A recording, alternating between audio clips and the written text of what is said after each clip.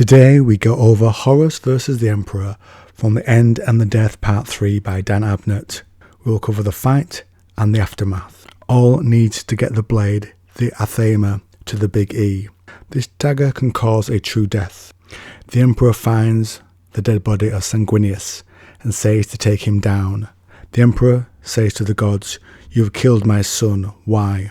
Horus responds, but takes a moment to realise he's talking to the god of chaos, the Emperor is. No reply comes from the ruinous powers, though they watch on. Horus says the Emperor, who has Loken and the last custodies with him, will feel the true nature of power. Infernal energies are directed at the Emperor by Horus and pins the master of mankind to the floor in death agony. It destroys him atom by atom. The ruinous powers chuckle. The Emperor will not scream, will not give Horus that satisfaction. The Custodes, the last one, attacks Horus, then Leto attacks, then Loken. These blows would conquer Horus another day, but this is not that day. It's his own sons attacking him that bothers him. Loken says, "Prove to me what you have become." The killing blow is turned by Leto and the Custodes. Loken and Leto are struck by an arc of power but live. Horus then envelopes Loken and Leto, but when it comes to killing them, the Emperor stops that happening, and the master of mankind moves towards his son like a rising sun, and they clash. Each landing blows simultaneously. The collision shakes the world. The old forts squeal in alarm and then applaud. Father and son. This is between them now. Everything shakes and breaks around them. Energies smash. The master of mankind's radiant psychic will shreds into the war master's chaos-fueled bloodlight, and they mutually annihilate, like matter meeting antimatter, capping the impact with a second catastrophic detonation. In his first found's bloodlit eyes, the Emperor sees all his sins dismembered, all his dreams, his plans, all his permutations and configurations, the painstaking work of millennia obliterated. But he says nothing and feels nothing, for the human apparatus that would have allowed him to register that loss is jettisoned and gone into the warp. And in the burning white blaze of his father's gaze, Horus Lupercal sees his own dreams and imaginings of recognition and triumph torn apart, for there is no pain or anger or hurt for him, the saviour, no shock or despair. The blows rain against each other by father and son are so powerful, so inhumanly fast, that they blur into one long pulsing shockwave, like an unending explosion. The Emperor and Horus are duelling just 30 metres away. Leto has never seen such power, and he's certainly never seen such skill, not once in his long life. The Emperor, haloed by golden radiance, is attacking with claws and sword, switching from one weapon to the other, then combining both, a masterclass of close combat technique. Though the weapon, the huge warblade and the rending power claw are heavy and brutal instruments, designed for lumbering battlecraft and maximum damage, the Emperor wields them as lightly and deftly as a rapier and dagger, darting and spinning, blocking, cutting, thrusting, using them both with a dazzling precision and elegance, and Horus matches him. Perhaps for all their speed and strength, they are wearing each other down, burning each other out, so that the sword and maul and claw and skill are the only weapons left with which this can be settled. The Emperor places power in Loken for a task later.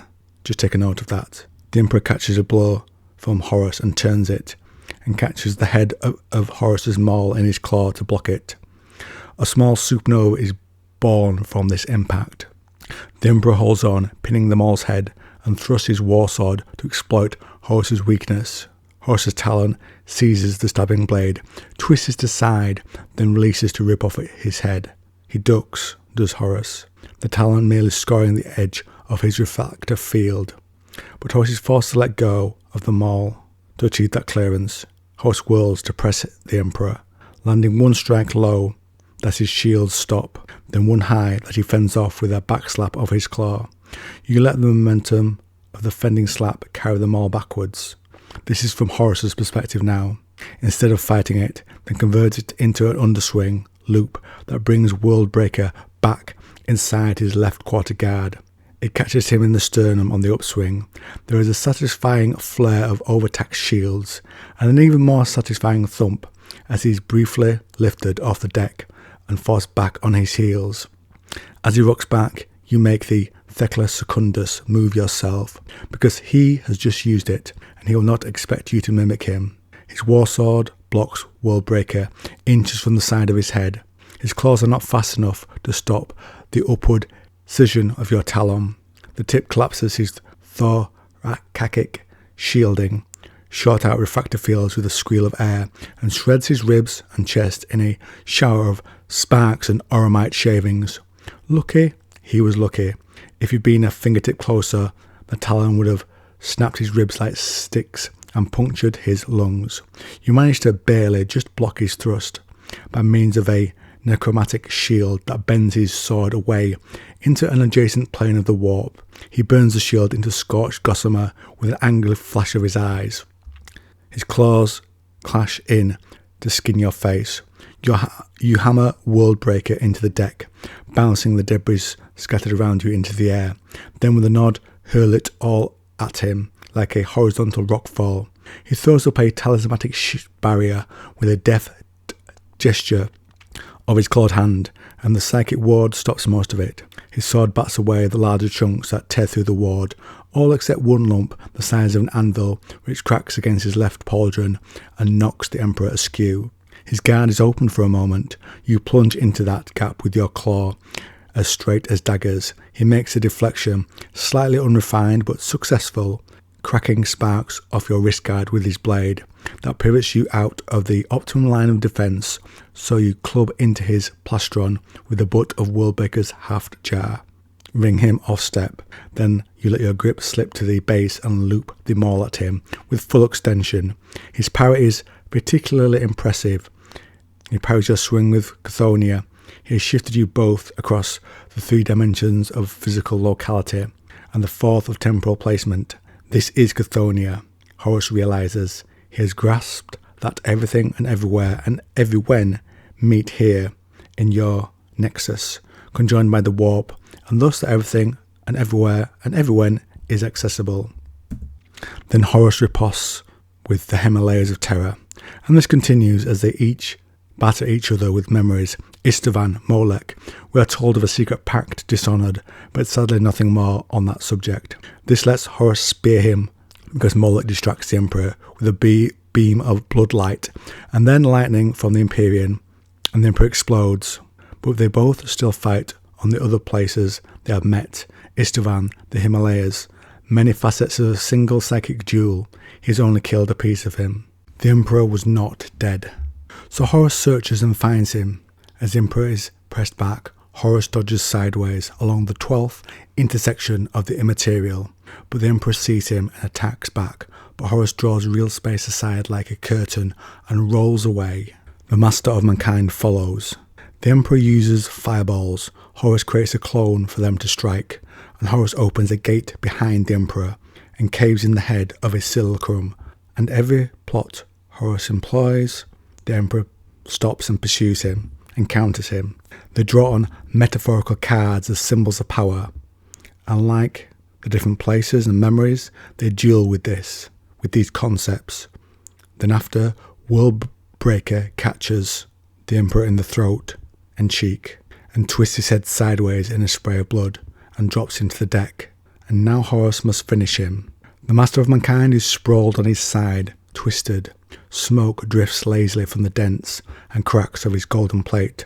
There is so much blood, and in other psycho battles, Loken sees Horus kill the Big E in different ways, and then there is a moment of mercy from Horus, a casual, tender touch to draw power from Horus. That is the Emperor's plan, and he uses this small touch to replenish himself. The Emperor casts sigils in the air to throw Horus down. Then he grabs Worldbreaker's haft with hand and claw and drives it down flat to crush Horus's throat. White fire spears from the Emperor's eyes to blind the eyes of Horus, to blind the eye of Horus, the symbol on Lupercal's chest. Now we switch to Horus's point of view with this, so keep that in mind when you're hearing what I'm saying. You cannot fend him off with your dead talon. Face to face, your refractor shields and Defences spit and crackle and squeal on contact. Horus is pinned but stronger, and the Big E attacks with World Breaker, expertly, I might add. Horus dodges. Horus catches the weapon with his talon and reclaims it.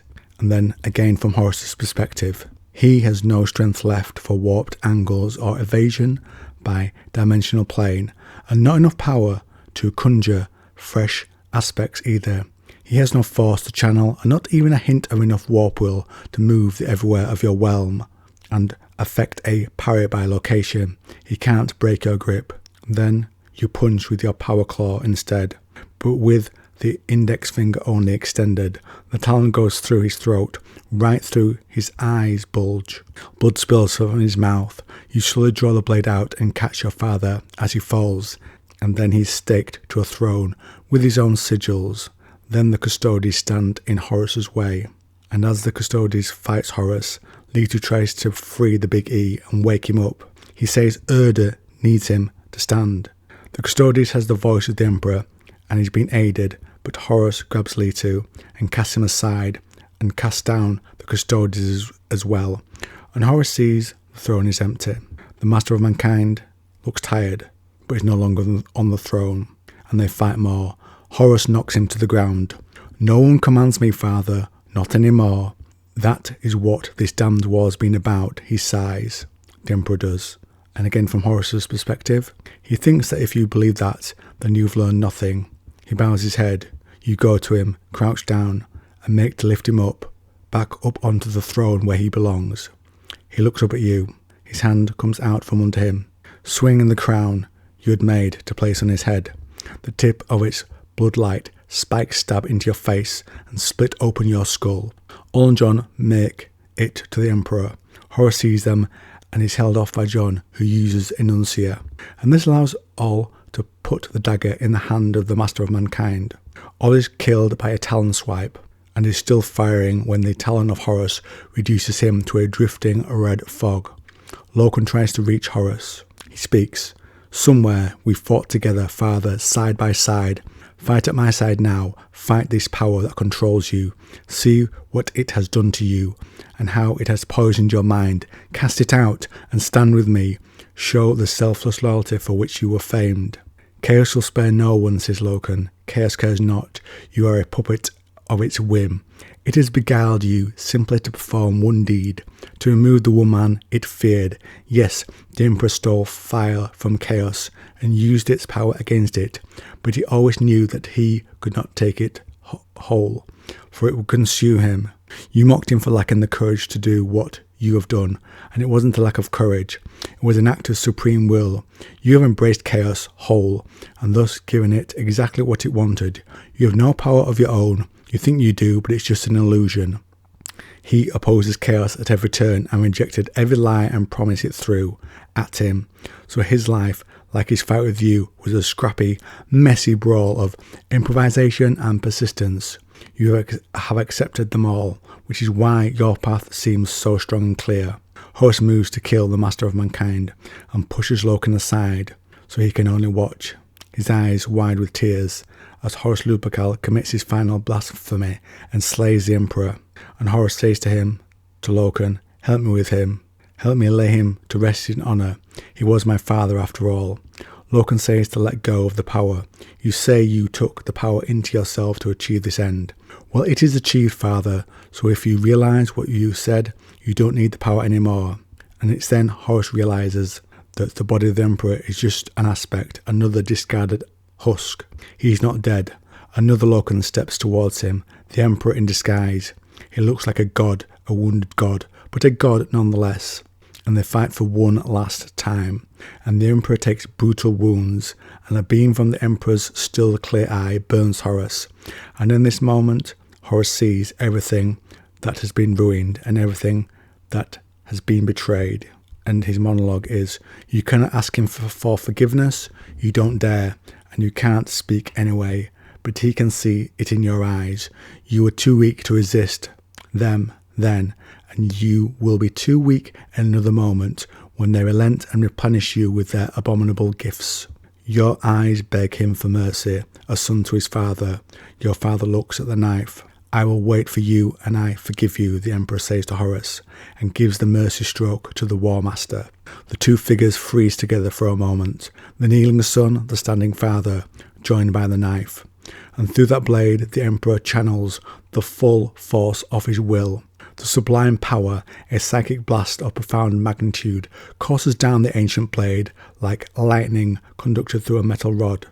The fireball flash of its strike is brighter than all of creation. Horus smiles. There is no blood. The Athema is sharp enough to cut space, sharp enough to slice reality. Horus feels resignation. The blade slides out and turns to dust. The body falls. The materium and the immaterium, so entwined, pull back, and the warp recedes. Then Valdor and Dawn arrive and attend to the Emperor, who scarcely has life within him still, whilst Loken kneels over his slain father. With the Blood Angel's aid, they all teleport back to Terra, and in a nice moment, Dawn takes back the skull of Ferrus Manus. The Big E is brought to the Golden Throne. Malcador lets us know how the Emperor will suffer and be stuck eternally between life and death, but the others should not know this. One last great moment from Uncle Malky there, as his body fades and his spirit still hangs around for a little while. And from this narration he says, the throne, using it was never the Emperor's intended plan, but it was always a contingency. And on that note, friends, I'll wrap up today's video. Hope you enjoyed it. Like and subscribe if you want to. Love to hear your comments down below. Thank you and good night.